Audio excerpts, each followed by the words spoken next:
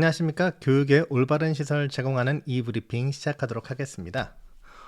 오늘은 유보 통합에 관련된 이야기를 좀 해보고자 합니다. 간단히 말하면 유보 통합은 어린이집과 유치원을 통합해서 새로운 공교육의 모델을 만드는 겁니다. 만일 이러한 일이 현실로 이루어진다면 학부모님들의 사교육의 부담이 줄어들고 유아들에게 보다 양질의 보육과 교육 서비스가 제공될 것입니다. 그런데 현장에서 많은 우려가 나오고 있습니다. 그래서 오늘은 어떤 우려들이 있는지 한번 알아보도록 하겠습니다.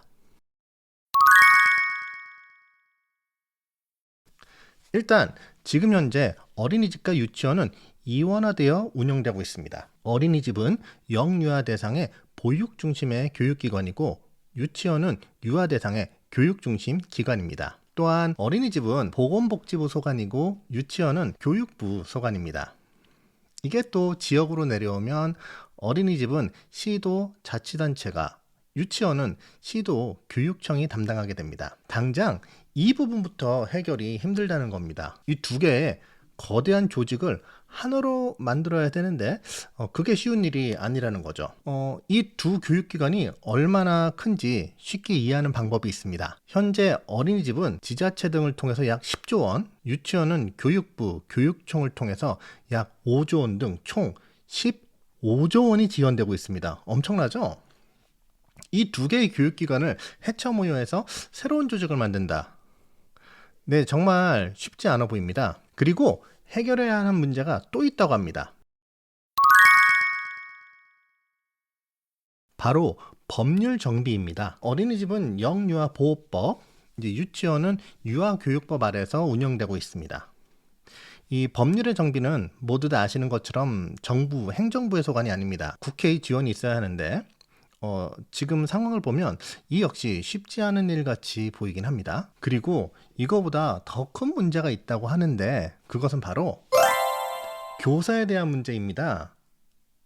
이 교육계에 변하지 않는 격언이 있는데 바로 교육의 질은 교사의 질을 넘어서지 못한다입니다. 어린이집의 보육교사와 유치원의 유치원교사는 교사 양성 방식과 선발 과정이 완전히 다른데요. 양성 방식은 유치원 교사는 학과 중심제로 최소 학력이 전문대학 졸업으로 유아교육이나 아동 관련 학과를 졸업해야 하고요.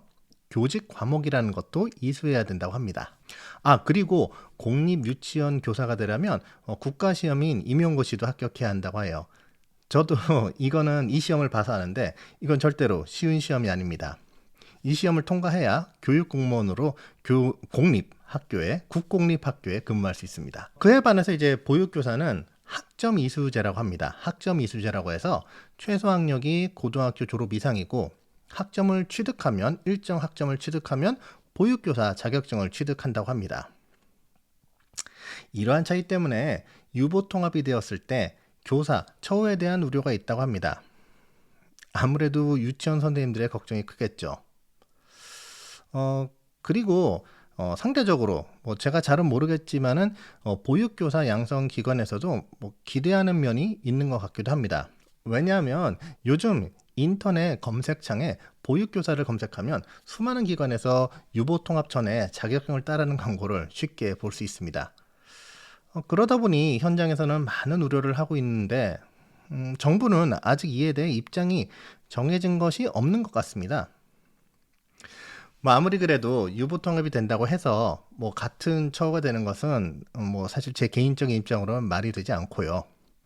일단 교육공무원 신분인 공립 유치원 교사와 보육교사와의 형평성은 아무래도 공정과 상식선에서 정해져야 하지 않을까 싶습니다. 사실 이 유보통합 정책은 이번 윤석열 정부에서 처음 생각한 것은 아닙니다. 이미 김영삼 정부 때부터 무려 30여 년 가까이 논의되었지만 실행되지 못한 겁니다. 그 이유는 아까 전에 제가 앞에서 말씀드렸던 그런 교육계의 우려 때문이었을 겁니다.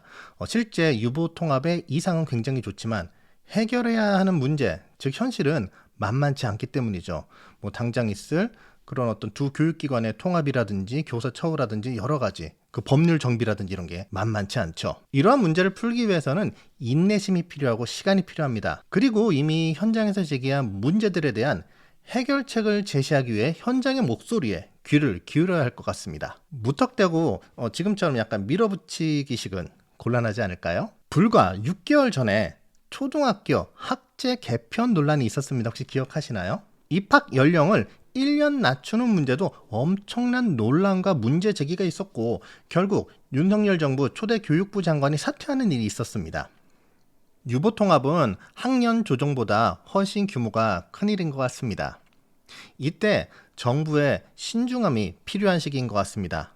그리고 무엇보다 교육 당사자들의 목소리를 충분히 듣고 교육 현장의 목소리를 들은 다음에 천천히 준비해야지 되지 않을까 싶습니다.